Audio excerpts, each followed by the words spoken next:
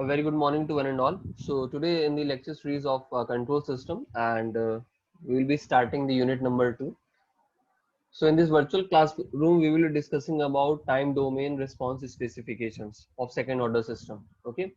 तो ऐसा जो भी आपको डाउट हो आप चैट बॉक्स में कमेंट कर दीजिएगा या फिर हैंड रेज करिएगा। तो जो भी क्वेश्चंस होंगे मैं आपके कंसीडर करता रहूंगा इन द मीनवाइल अपने प्रेजेंटेशन में। ठीक है, तो सबसे पहले देखिए स्टार्ट करते हैं हम लोग टाइम डोमेन स्पेसिफिकेशन का। ये टाइम रिस्पॉन्स है, इसको देखते हैं, इसको एनालाइज करते हैं और फिर फर्दर हम लोग मूव करेंगे जो हमारा सेगमेंट है डेरिवेशन पार्ट का वहां पे। तो सबसे पहला जो स्पेसिफिकेशन है आपके स्क्रीन पे है, अगर आप ध्यान से देखोगे तो यहाँ पे बात हो रही है डिले टाइम की। ये क्या है हमारा डिले टाइम, ये बेसिकली क्या है डिले टाइम। अगर आप डिले टाइम को देखोगे तो डिले टाइम का मतलब क्या है कि टाइम रिस्पॉन्स 50% पहुंचता है। देख रहे हैं आप, टाइम रिस्पॉन्स जब 50% पहुंचता है तो उस ड्यूरेशन को बोलते हैं डिले टाइम। 50% किसका? फाइनल वैल्यू का। फाइनल वैल्यू हमारी यहाँ पे क्या 100%। This is the final value और you can say the steady state. तो डिले टाइम का मतलब क्या है? जब टाइम रिस्पॉन्स 50% फाइनल वैल्यू का होता है उस पर्टिकुलर ड्यूरेशन को क्या बोलते हैं? Delay time. उसके बाद दूसरा कैटेगराइजेशन है हमारा राइज टाइम का कैटेगराइजेशन है। ठीक, राइज टाइम देख लेते हैं क्या। देखिए राइज टाइम में थोड़ा सा ये चीज ध्यान रखनी है कि राइज टाइम की डिफिनीशन में दो चीजें हैं। अगर हमारा केस क्या है ओवर डैम्ड है, ठीक है, अगर केस हमारा ओवर डैम्ड सिस्टम है, ओवर डैम्ड सिस्टम का मतलब क्या होगा कि जीटा की वैल्यू क्या है ग्रेटर देन 1। जीटा की वैल्यू ग्रेटर देन 1 और यहाँ पे रूट्स कैसे आएंगे हमारे? नेगेटिव रियल रूट्स आएंगे। ठीक है, नेगेटिव रियल रूट्स आते हैं हमारे, तो ये चीज ध्यान रखिएगा। उसके बाद नेगेटिव रियल रूट्स है और साइमल्टेनियसली रूट कैसे अनइक्वल भी है, ये भी चीज ध्यान रखिएगा। ठीक, तो यहाँ पे राइज टाइम कैसे डिफाइन करेंगे हम लोग? यहाँ पे राइज टाइम कैसे डिफाइन करेंगे? तो ये बोला गया कि 10 से, ठीक है, 10 से 90% जब रिस्पॉन्स पहुंचता है, 10 से 90% रिस्पॉन्स पहुंचता है तो उसको क्या बोलते हैं? Rise time. तो यहाँ पे अगर आप देखेंगे तो 10% से 90% सिस्टम का जब रिस्पॉन्स पहुंचता है तो उसको क्या बोलते हैं? राइज टाइम बोलते हैं। और ये किसके लिए है? ये बेसिकली हमारा ओवर डैम्ड के केस के लिए। बट जब हमारा केस सपोज करिए अंडर डैम्ड सिस्टम है, ठीक है, जब हमारा केस अंडर डैम्ड सिस्टम का होगा तब अगर राइज टाइम देखा जाए तो अंडर डैम्प सिस्टम में जीटा की वैल्यू क्या होती है? जीटा हमारा डैम्पिंग रेशियो है, तो यहाँ पे जीटा की वैल्यू क्या होगी? 0 से 1 के बीच में। ठीक, और यहाँ पे रूट्स कैसे आएंगे हमारे? कॉम्प्लेक्स कॉन्जुगेट रूट्स आते हैं। ठीक है, कॉम्प्लेक्स कॉन्जुगेट रूट आते हैं। और यहाँ पे अगर देखेंगे तो यहाँ पे रिस्पॉन्स क्या होता है हमारा? जब रिस्पॉन्स 0% से 100% पहुंच जाए तब हम इस पर्टिकुलर रिस्पॉन्स का जो टाइम ड्यूरेशन है 0% से 100% पहुंचने में, उस पर्टिकुलर ड्यूरेशन को बोलते हैं राइज टाइम। और यहाँ पे याद रखिएगा ओवर डैम्ड केस में जब रिस्पॉन्स 10% से 90% पहुंच जाए, ठीक है, ऑफ फाइनल वैल्यू, ये भी हम याद रखिएगा ऑफ फाइनल वैल्यू, इस ड्यूरेशन को क्या बोलते हैं हम लोग? Rise time for over damped system. इसी तरीके से यहाँ पे भी याद रखिएगा हम लोग जो भी स्कोप ऑफ स्टडी हम लोग कोशिश ये करेंगे कि हम लोग अंडर डैम्ड सिस्टम को ही कंसीडर करें, टाइम डोमेन स्पेसिफिकेशन जितने जितने भी हैं इसके लिए ही डिराइव करें। ठीक, तो ये हो गया हमारा राइज टाइम डिले टाइम। अब दूसरी कैटेगराइजेशन हमारी है पीक टाइम। ठीक, पीक टाइम का मतलब क्या है कि हमारे पास मैक्सिमम पीक ओवरशूट कहाँ आ रही है? ठीक है, मैक्सिमम पीक ओवरशूट कहाँ आ रही है? तो पीक टाइम में देखेंगे इस पर्टिकुलर रिस्पॉन्स की सबसे बड़ी जो शूट है इसको बोलते हैं मैक्सिमम पीक ओवरशूट। और मैक्सिमम पीक ओवरशूट का मतलब क्या है कि अगर आप देखेंगे तो ये खाली इसका मैग्नीट्यूड है मैक्सिमम पीक ओवरशूट का, एमपी, इतना ही खाली वैल्यू एमपी में कंसीडर होती है। ठीक है, तो मैक्सिमम ओवरशूट जब आएगा हमारा तो पीक टाइम के बारे में बात करेंगे, अभी डेरिवेशन करेंगे तो पीक टाइम को थोड़ा सा एलोबरेट करेंगे। उसके बाद स्टेडी स्टेट स्पेसिफिकेशन में एक हमारा टाइम डोमेन स्पेसिफिकेशन है जिसको बोलते हैं सेटलिंग टाइम। इसको क्या बोलते हैं? Settling time. ध्यान रखिएगा ये सेटलिंग टाइम है। और सेटलिंग टाइम का डिफिनीशन में अभी हम लोग देखेंगे टाइम कांस्टेंट के ऊपर कैसे डिपेंडेंट होता है और ±2% या फिर ±5% तक ही हम जो एरर है एक्सेप्ट कर सकते हैं हम जब time domain specification steady state के बारे में बात करते हैं। ठीक, तो आइए स्टार्ट करते हैं डेरिवेशन।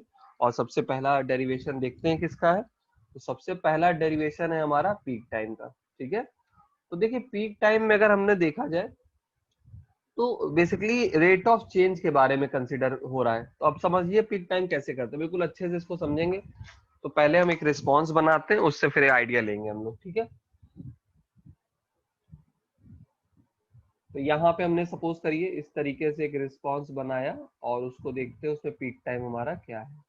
तो ये हमने रिस्पॉन्स बनाया और ये हमारी क्या है, this is what, this is the desired value, this is what, this is the desired value. But output response में क्या आ रहा है हमारे पास सिस्टम में, इस तरीके से पीक आ रहा है। आउटपुट रिस्पांस में इस तरीके से सिस्टम में क्या आ रहा है, पीक आ रहा है।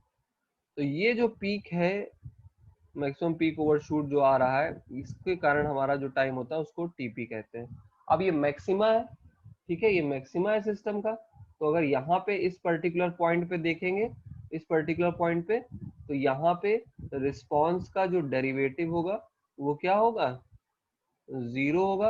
और जब आप इसको जीरो रखोगे तब आप उसकी वैल्यू निकाल सकते हो टीपी की। तो कैसे होगा देखते हैं। देखिए, तो पीक टाइम की डिफिनीशन के लिए क्या है, आपको ये मालूम है कि आपको पहला स्टेप क्या करना होगा।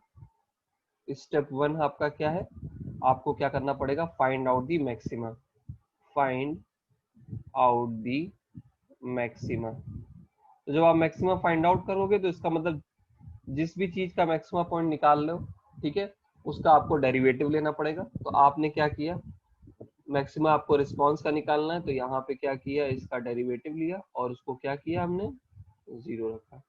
जब आप जीरो रखेंगे तो यहाँ पे जहां जहां टी आएगा उसको किससे रिप्लेस कर दीजिएगा, टीपी से रिप्लेस कर दीजिएगा।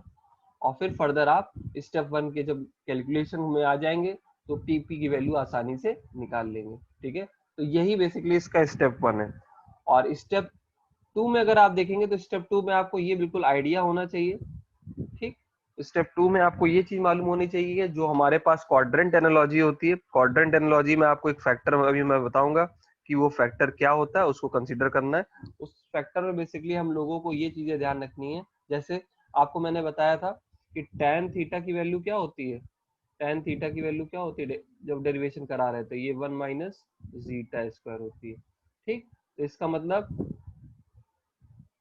मतलब साइन थीटा की वैल्यू क्या है हमारी, ठीक है, साइन थीटा की वैल्यू क्या है, कॉस थीटा की वैल्यू क्या है, इस चीज को एनालाइज करना। तो साइन थीटा की वैल्यू क्या है, 1 माइनस जीटा स्क्वायर। ठीक, कॉस थीटा की वैल्यू क्या है हमारी, जीटा। ठीक, तो चलिए अब हम लोग डेरिवेटिव निकालते हैं। तो del C by del T equals to zero by D T को हम लोग करेंगे और टी की वैल्यू को क्या कर देंगे, टीपी के बराबर रख देंगे। तो अब हम देखते हैं किस तरीके से इसका डेरिवेशन होता है। ठीक है, moving ahead to the next slide. और यहाँ पे देखिए हमने डेरिवेटिव अब निकाल लें और इस डेरिवेटिव को थोड़ा सा एनालाइज करिएगा। अचीव मैक्सिमा निकालना है, टी को टीपी के बराबर रखेंगे। तो अगर देखेंगे यहाँ पे तो हमारे पास डेरिवेशन किया हमने, रिस्पॉन्स सीटी है। सीटी को मैं एक बार फिर से लिख दे रहा हूँ जिससे आप रिकॉल कर सके कि सीटी हम लोगों ने क्या डिराइव किया था। तो सीटी बेसिकली है क्या हमारा, 1 माइनस ई की power minus zeta omega N T divided by under root 1 minus zeta square sine omega D T plus theta. ठीक है, ये चीज हो गई हमारे पास। अब यहाँ पे देखिए सबसे इंपॉर्टेंट चीज ये है कि हमें del C by del T का डेरिवेशन करना है। तो 1 की वैल्यू क्या हो जाएगी, जीरो हो जाएगी। तो यहाँ पे जीरो का टर्म आ रहा है। उसके बाद प्रोडक्ट रूल लगाइएगा डेरिवेटिव का। तो जब आप प्रोडक्ट रूल लगाएंगे तो एक बार ये एक्सप्रेशन आएगा, एक बार ये एक्सप्रेशन आएगा। फर्दर फर्दर आप सिंप्लीफाई करोगे, ठीक है, तो जहां ओमेगा डी है उस ओमेगा डी की जगह क्या रख दीजिएगा, omega N under root 1 minus zeta square रख दीजिएगा। ठीक है, इस चीज को ध्यान रखिए, जहां जो omega D equals to omega N under root 1 minus zero one minus zeta square है, ठीक है, वन माइनस जीटा स्क्वायर है, तो यहाँ पे जीटा का कंसिडरेशन ले लीजिएगा और डेरिवेशन को फर्दर प्रोसीड करते हैं। तो यहाँ पे जब डेरिवेशन आप करेंगे तो वैल्यूज को जीरो करने के बाद यहाँ पे हम लोगों को थोड़ा सा ध्यान देना है, और यही एक फोकसिंग पॉइंट है इस पर्टिकुलर जो डेरिवेशन है इसका, जहाँ पे हम लोगों ने जब एलएचएस और आरएचएस में चीजों को कंबाइन किया तो क्या होगा, इस तरीके से एक्सप्रेशन आएगा। फिर फर्दर आप इसको क्या करेंगे, जीरो पे इक्वेट कर देंगे और एक्सप्रेशन इस तरीके से आएगा। अब देखिए इसकी वैल्यू आ रही है under root one minus zeta square zeta square. तो अभी हम लोगों ने आपको बताया था ये जो one minus zeta square upon zeta, ये इसकी वैल्यू क्या है, बेसिकली टेन थीटा है। कैसे आई थी हमने टेन थीटा की वैल्यूज, मैंने आपको बताया था कि S1 और S2 अगर दो रूट है तो इनकी वैल्यू क्या होती है, minus zeta omega n plus minus j omega N under root one minus zeta square. तो अगर टेन थीटा की वैल्यू निकालेंगे तो टेन थीटा की वैल्यू में क्या होगा, omega N under root one minus zeta square divided by zeta omega N, ठीक। ओमेगा एन कैंसिल हो गया, तो यहाँ पे टेन थीटा की वैल्यू क्या आ जाती है, वन माइनस जीटा स्क्वायर। तो ये चीज आपको थोड़ा सा ध्यान रखना है, ठीक है, ये चीज थोड़ा सा ध्यान रखना, टेन थीटा की वैल्यू कैसे निकली है, ठीक। तो ये रफ वर्क है, इसको यहाँ रफ वर्क लिख दे रहा हूँ, ठीक। तो अब यहाँ से अगर आप एक्सप्रेशन को एनालाइज करेंगे तो हमारे पास tan omega D T plus theta equals to tan theta है, ठीक है। अब फर्दर अगर हम लोग इसको एलोबरेट करें तो एलोबरेशन में ये चीज ध्यान रखनी है कि चीजों के पास देखिए, तो हम इसको लिख सकते हैं, पहली चीज तो omega D T plus theta equals to tan theta लिख सकते हैं, कोई दिक्कत नहीं है। बट एक्सप्रेशन में एक चीज ये ध्यान रखनी है कि फर्दर जो भी सिस्टम का वैल्यू है उसको हम लोग कैसे निकालें, ठीक है। तो ये जो रोटेशन हो रहा है ये कैसे हो रहा है, तो हम इसको ऐसे भी तो लिख सकते हैं, tan n, या फिर रुकिए मैं इसको सीधे सीधे ऐसे लिखता हूँ, इसको पहले इरेज कर दूं। तो यहाँ पे अगर इसको तो ऐसे भी लिख सकते हैं tan n pi plus theta. अगर आप क्वाड्रेंट वाली एनालिसिस देखेंगे, क्वाड्रेंट के एनालिसिस देखेंगे तो यहाँ पे क्या होता है, ऑल ट्रिग्नोमेट्रिक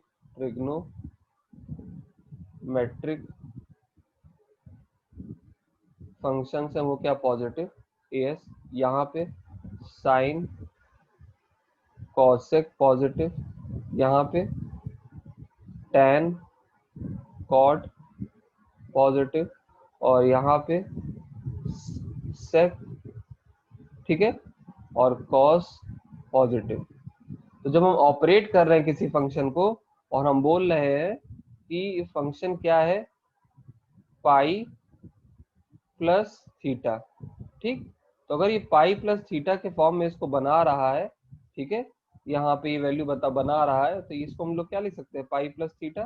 तो सिस्टम का करेक्टर क्या है, सिस्टम का character tan pi plus theta में सिस्टम का करेक्टर क्या है, एज इट इज है। तो इसका मतलब एक्सप्रेशन को कंपैरिजन करेंगे तो कंपैरिजन करते समय हमारे पास वैल्यू क्या आ जाएंगी, इस तरीके से आ जाएंगी, ठीक है। तो यहाँ पे हमने वही लिखा हुआ है, ठीक है। आप थोड़ा सा इसको रिकॉल कर लीजिए कि tan n pi plus theta को हमने कैसे लिखा हुआ है, ठीक। तो यहाँ पे अब हमारा डेरिवेशन हो गया है बेसिकली, जो कि हमारा पीक टाइम का डेरिवेशन था। और इस पीक टाइम के डेरिवेशन में फाइनल एक्सप्रेशन में हम लोगों ने देखे, यहाँ पे अगर आप फोकस करेंगे तो आपको आइडिया लग जाएगा जब ट्रिग्नोमेट्रिक फंक्शन लगा रहे हैं, ठीक है। और ट्रिग्नोमेट्रिक फंक्शन लगाते समय tan n pi plus theta tan theta के बराबर था, और फिर हमने यहाँ पे इसको क्या करा, हमने कंपेयर किया। तो यहाँ पे ये चीज क्या है हमारी, बेसिकली n पाई, ठीक है, n pi equals to omega D T, ये हमारा कंपैरिजन से ये चीज हमको फाइंड आउट हुई, ठीक है। तो जब ये चीज कंपेयर कर दी हमने तो यहाँ पे n पाई की वैल्यू किसके बराबर हो गई, ओमेगा डी टी के बराबर हो गई। फर्दर हमारे पास ओमेगा डी टी, या आप कह सकते हैं कि पीक टाइम का कॉन्सेप्ट क्या होगा, तो पीक टाइम का कॉन्सेप्ट आप हमेशा इस तरीके से याद रखिएगा, ठीक है। तो इस तरीके से हमारे पास वैल्यूज आ गई, tan n pi plus theta को tan थीटा रखा, ओमेगा डी टी को n पाई रखा, t से रिप्लेस किया, और इस तरीके से एक्सप्रेशन आ गया। अब यहाँ पे एक चीज समझने वाली है कि एग्जाम में क्वेश्चन कैसे पूछेगा। ठीक है, एग्जाम में क्वेश्चन कैसे पूछेगा इसको समझते हैं। तो देखिए क्या होता है कि अगर हमने रिस्पॉन्स बनाया इस तरीके से, ठीक है, रिस्पॉन्स बनाया ऐसे,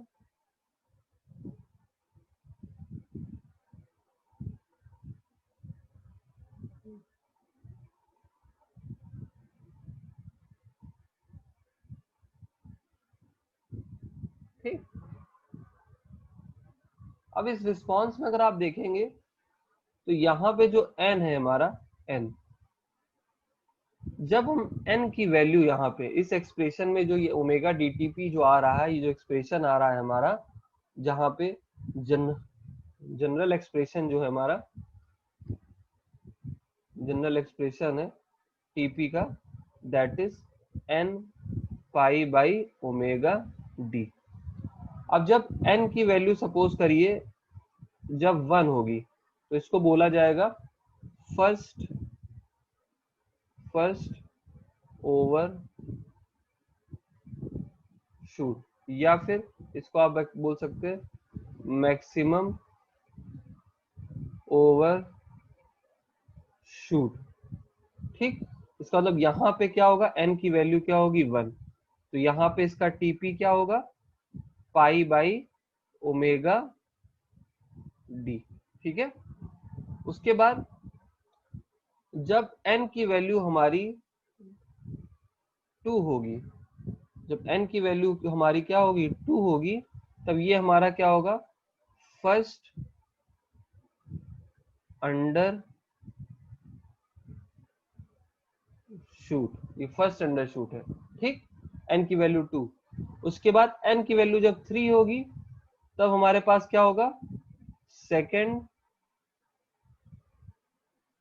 ओवर शूट। n की वैल्यू क्या है हमारी 3, फिर n की वैल्यू हमारी क्या आएगी 4, फिर n की वैल्यू क्या होगी 5। तो इस तरीके से हमारे पास शूट्स आएंगे, तो n की वैल्यू 4 पे क्या होगा हमारा सेकेंड अंडर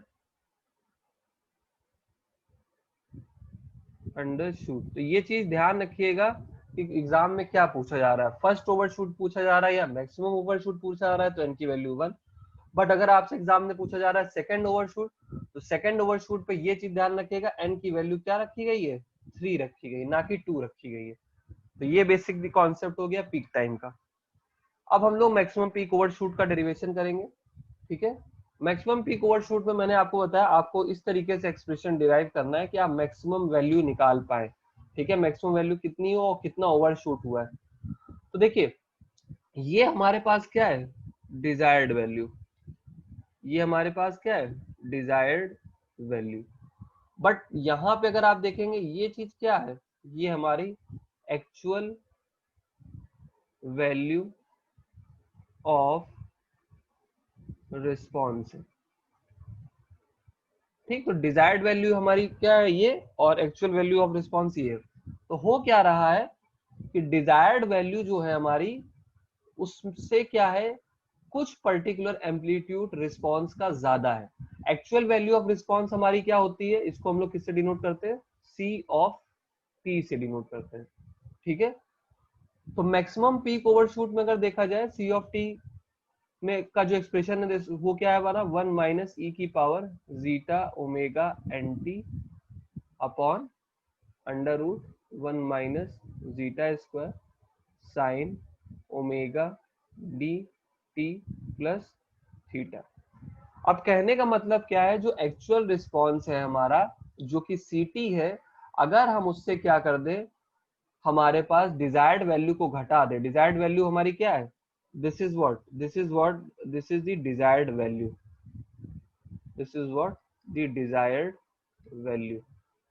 तो कहने का मतलब क्या है कि हम मैक्सिमम पीक जो आ रही है एमपी वो कैसे निकालेंगे, हम जो उसका सीटी है उस सीटी से क्या करेंगे डिजायर्ड वैल्यू को घटा देंगे, डिजायर्ड वैल्यू को क्या कर देंगे घटा देंगे, तब हम मैक्सिमम पीक ओवरशूट के बारे में कमेंट कर सकते हैं। तो डिजायर्ड वैल्यू क्या है हमारी सी ऑफ टी इस केस में क्या है -1 when input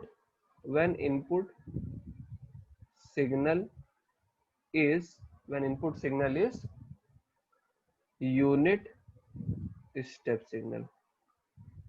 ठीक है, इस तरीके से हमको यहाँ पे एक्सप्रेशन पे करना है। ठीक है, याद रखिएगा मैक्सिमम वैल्यू से हम लोग जो भी वैल्यू आ रही रिस्पॉन्स की सीटी की उससे डिजायर्ड वैल्यू को घटा देंगे तो हमको मैक्सिमम पीक ओवरशूट मिल जाएगा। ठीक है, तो खाली इतना ही हमारा क्या है एमपी है, यहां से लेकर यहां तक, बस यही हमारा क्या है एमपी है। ठीक, अब फर्दर अगर देखेंगे तो एक्सप्रेशन में मैं इसको रब करता हूँ, थोड़ा सा आपको आइडिया लगेगा। तो यहाँ पे इसको मैं रब कर देता हूँ। तो यहाँ पे देखिए सीटी में हमने यही किया गया है, अगर आप देखेंगे हमने -1 कर दिया गया है। तो यहाँ पे हमारे पास क्या -1 किया तो एक्सप्रेशन हमारा इस तरीके से आ जाएगा। यहाँ पे एमपी की वैल्यू इस फॉर्म में आ जाएगी। ठीक है, क्योंकि हमारे पास अगर देखेंगे तो हमारे पास जहां जहां टी था उस जगह पे हमने क्या रिप्लेस कर दिया, टीपी रिप्लेस कर दिया, 1 1 हमारा कैंसिल हो गया और फर्दर हमारे पास इस तरीके से एक्सप्रेशन आ गया। और इस एक्सप्रेशन में अगर आप देखेंगे टीपी को हमने इस तरीके से ओमेगा बाई, क्योंकि फर्स्ट ओवरशूट कह सकते हैं हमारी, या मैक्सिमम ओवरशूट है, तो एन की वैल्यू हमारे पास क्या है 1, एमपी को हमने इस तरीके से कर दिया। और omega D T P plus theta था, तो यहाँ पे टीपी की वैल्यू हमने प्लेस कर दी। टीपी की वैल्यू क्या है बेसिकली हमारी pi by omega D when n equals to 1। तो यहाँ पे एक्सप्रेशन हमारा इस तरीके से आ गया। अब यहाँ पे हम लोग क्वाड्रेंट एनालिसिस करेंगे। ठीक, तो यहाँ से लेकर यहाँ तक अगर जा रहे हैं, ठीक है, ठीक, तो ये जो एंगल है ये हमारा क्या है पाई प्लस थीटा। तो याद रखिएगा साइन पाई प्लस थीटा हमारा क्या होता है माइनस साइन थीटा। तो हमने यहाँ जो साइन पाई प्लस थीटा आया इसको किससे रिप्लेस कर दिया, इससे रिप्लेस कर दिया। तो माइनस और माइनस क्या हो गए हमारे प्लस हो गए। तो यहाँ पे आप साइन देखेंगे पॉजिटिव आ रहा है। ठीक है, एमपी की वैल्यू हमारी ये हो गई। ठीक, अब आप फर्दर इसको सिंप्लीफाई करोगे तो सिंप्लीफाई करते समय आप क्या रखना, साइन थीटा की वैल्यू देखो, फिर से देखो एक्सप्रेशन को, साइन थीटा की वैल्यू आपकी क्या है, ये जो साइन थीटा है इसकी वैल्यू क्या है basically √1 minus zeta square. Value को पुट कर देना। तो जब वैल्यू को पुट करोगे तो अगर आप देखोगे तो एक्सप्रेशन आपका यहाँ पे वैल्यू पुट की, मैक्सिमम पीक ओवरशूट का जो हमारे पास डेरिवेशन आया वो हमारा क्या है ये। ठीक है, तो याद रखिएगा एमपी की वैल्यू हमारे पास ये है। और टीपी हमने जब इस पे सब्स्टिट्यूट किया तो जैसे ही टीपी सब्स्टिट्यूट किया तो एमपी की अगर वैल्यू देखेंगे तो हमारे पास इस तरीके से आ जाएगी और एमपी हमारा डिराइव हो गया। परसेंटेज एमपी निकालेंगे तो 100 से क्या होगा मल्टीप्लाई हो जाएगा। ठीक है, तो ये इंपॉर्टेंट एक्सप्रेशन है। ठीक है, चलो अब राइस टाइम का डेरिवेशन देखते हैं। राइस टाइम इजी सा है, आप लोग करिएगा राइस टाइम। मैं आपको थोड़ा सा ब्रीफिंग दे देता हूँ राइस टाइम में, और फिर उसके बाद हम लोग सेटलिंग टाइम देखेंगे और फिर एक न्यूमेरिकल लेंगे और फिर ये सेशन को क्या करेंगे वाइंड अप करेंगे। तो देखिए राइस टाइम जब निकालते हैं तो राइस टाइम में क्या करना है, आपको मैंने बताया था कि सपोज करते हैं हमारा सिस्टम कैसा है, सपोज जो रिस्पॉन्स है हमारा वो कैसा लेते हैं, अंडर डैम्प लेते हैं। ठीक है, अंडर डैम्प लेते हैं और इनपुट हमारा क्या है, इनपुट हमारा क्या है यूनिट स्टेप सिग्नल। ठीक, तो राइस टाइम की डेफिनेशन क्या होगी, 0% से 100% फाइनल वैल्यू होना चाहिए। ठीक, राइस टाइम में क्या अगर एक्सप्रेशन में देखेंगे तो हम लोग देखिए सी ऑफ टी का एक्सप्रेशन जानते हैं, दैट इज 1 माइनस ई की power zeta omega N T sine omega D T plus theta, और यहाँ पे क्या रहेगा 1 माइनस जीटा स्क्वायर। अब रिस्पॉन्स क्या है हमारा, रिस्पॉन्स हमारा अगर 100% पहुंच रहा है तो सीटी की वैल्यू क्या हो जाए, रिस्पॉन्स 100% पहुंच रहा है at T equals to T R. तो एक्सप्रेशन क्या हो जाएगा हमारा राइस टाइम का, देखो किस तरीके से हम इसको मॉडिफाई करते हैं। तो यहाँ पे अब क्या हो जाएगा सी ऑफ टी आर, ठीक है, सी ऑफ टी आर, यहाँ वैल्यू क्या हो जाएगी इसकी 1 इक्वल्स टू 1 माइनस ई की पावर जीटा ओमेगा एन, ठीक, T r 1 minus zeta square sine omega D T R plus theta. अब 1 1 कैंसिल हो जाएगा, हमारा 1 1 कैंसिल हो जाएगा, तो एक्सप्रेशन हमारा फाइनली क्या बचेगा, ई की power zeta omega N T R, ठीक है, divided by 1 minus zeta square, ठीक, उसके बाद साइन साइन ओमेगा डी की वैल्यू रख देते हैं, तो omega N under root 1 minus zeta square multiplied by T R plus theta, ठीक है, इक्वल्स टू क्या है 0, ठीक। अब इक्वल्स टू 0 है, तो ये चीज आपको मालूम होना चाहिए कि ऐसे किस पर्टिकुलर सिस्टम की वैल्यू क्या होती है, हमारी 0 होती है। तो याद होना चाहिए कि अगर हम इसको कंपेयर किया जाए तो साइन एन पाई की वैल्यू क्या होती है 0, साइन एन पाई की वैल्यू क्या 0 होती है 0। तो अब साइन एन पाई की वैल्यू 0 होती है, तो कंपैरेटिव एनालिसिस कर लेते हैं इसकी। तो कंपैरेटिव एनालिसिस की तो बनाते हैं, एक्सप्रेशन क्या बनता है देखो, तो हम इसको लिख सकते हैं कि e की power zeta omega N T r 1 minus zeta square sine omega N under root 1 minus zeta square multiplied by T R, ठीक है, ये मान लेते हैं इसको इस तरीके से, ठीक है, प्लस थीटा इक्वल्स टू 0। तो इसको ऐसे भी लिख सकते हैं, साइन,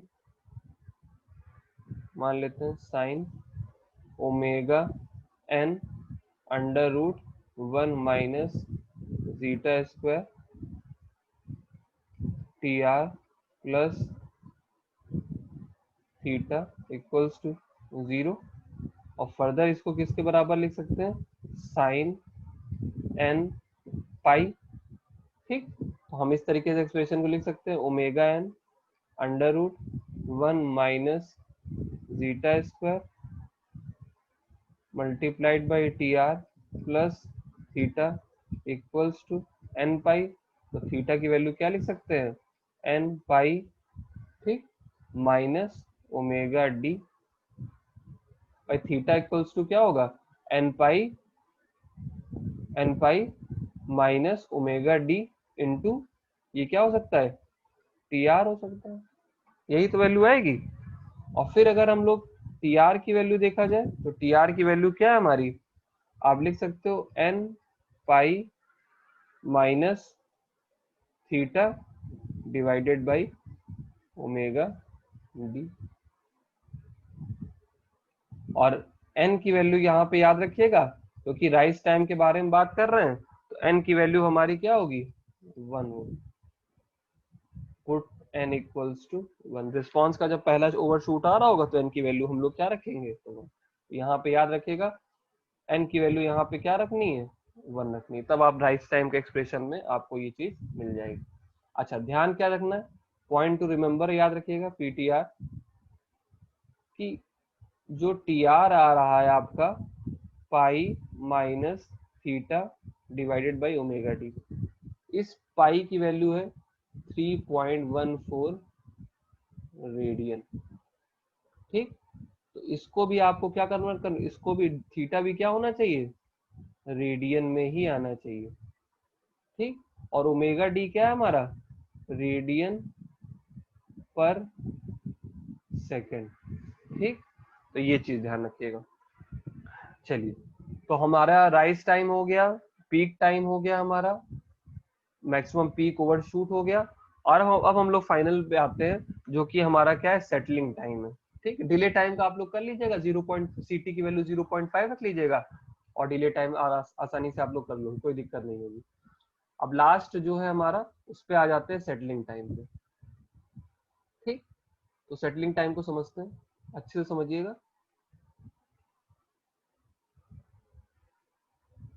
ठीक, तो सेटलिंग टाइम ये कहता है कि रिस्पॉन्स हमारा स्टेडी स्टेट पहुंच जाए। ठीक, स्टेडी स्टेट पहुंच जाए और फाइनल वैल्यू पे पहुंच जाए और डिजायर्ड वैल्यू पे पहुंच जाए।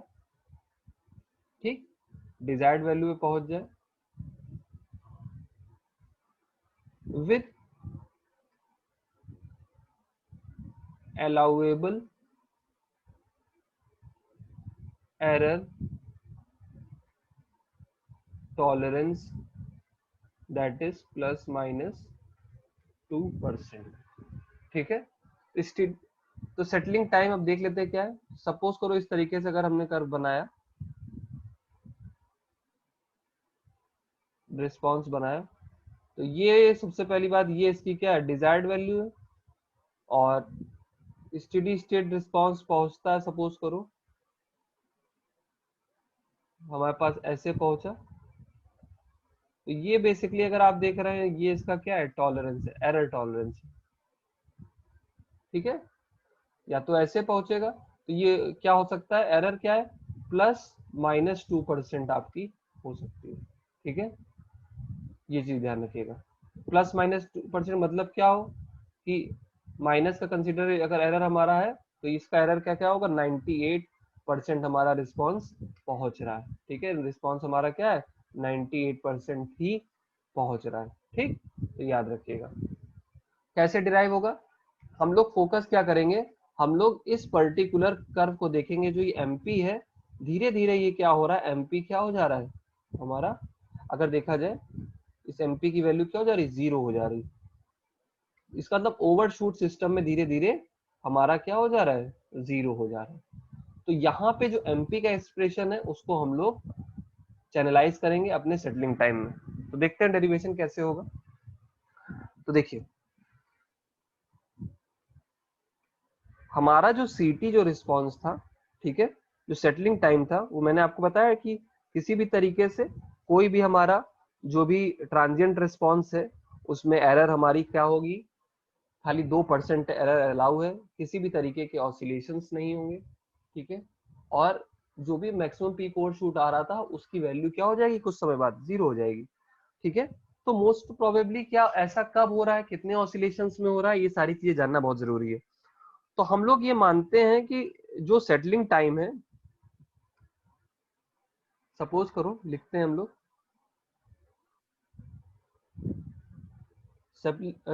सेटलिंग टाइम को हम लोग, जो कि सेकेंड ऑर्डर सिस्टम का है,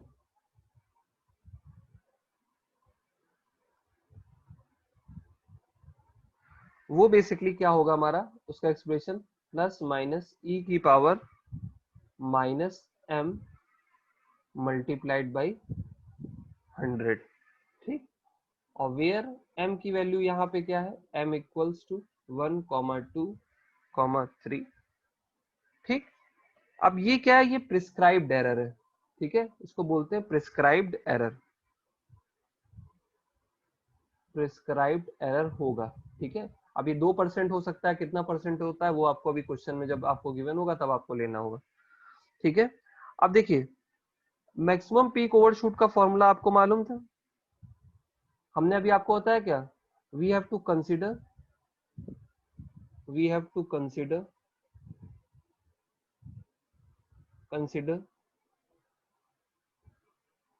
MP expression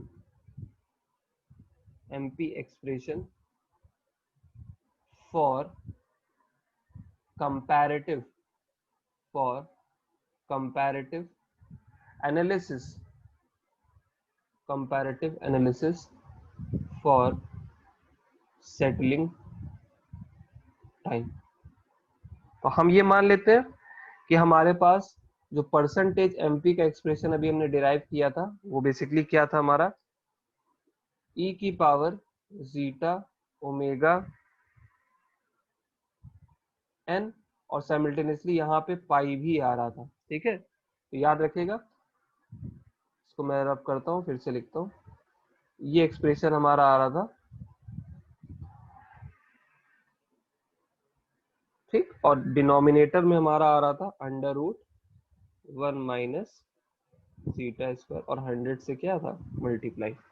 ठीक, अब क्या करेंगे, इस एमपी का जो ये एक्सप्रेशन आ रहा है इसकी हम लोग कंपैरेटिव एनालिसिस करेंगे।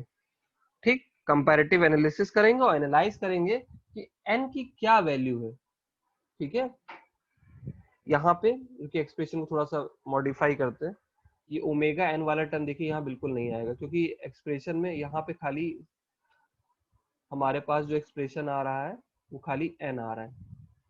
ठीक है, ध्यान दीजिएगा, कहने का मतलब है एन की वैल्यू हमारी क्या होगी जब हम रिस्पॉन्स हमारा सेटल हो रहा होगा। ठीक है, एन की वैल्यू हमारी क्या होगी जब रिस्पॉन्स सेटल होगा, और यही एन की वैल्यू डिसाइड करेगी कितने टाइम कांस्टेंट हमको रिस्पॉन्स को सेटल होने में लग रहा है। तो जब हम इसको कंपेयर करेंगे तो एक्सप्रेशन हमारा देखते हैं क्या आ रहा है। एमपी हमारा क्या है, ई की power minus n pi zeta divided by 1 minus zeta square, और इसको किससे कंपेयर किया, ई की पावर माइनस एम से। अब जब इसको कंपेयर करेंगे, ठीक है, तो आपके पास जो एक्सप्रेशन आएगा हम इसको ऐसे लिख सकते हैं,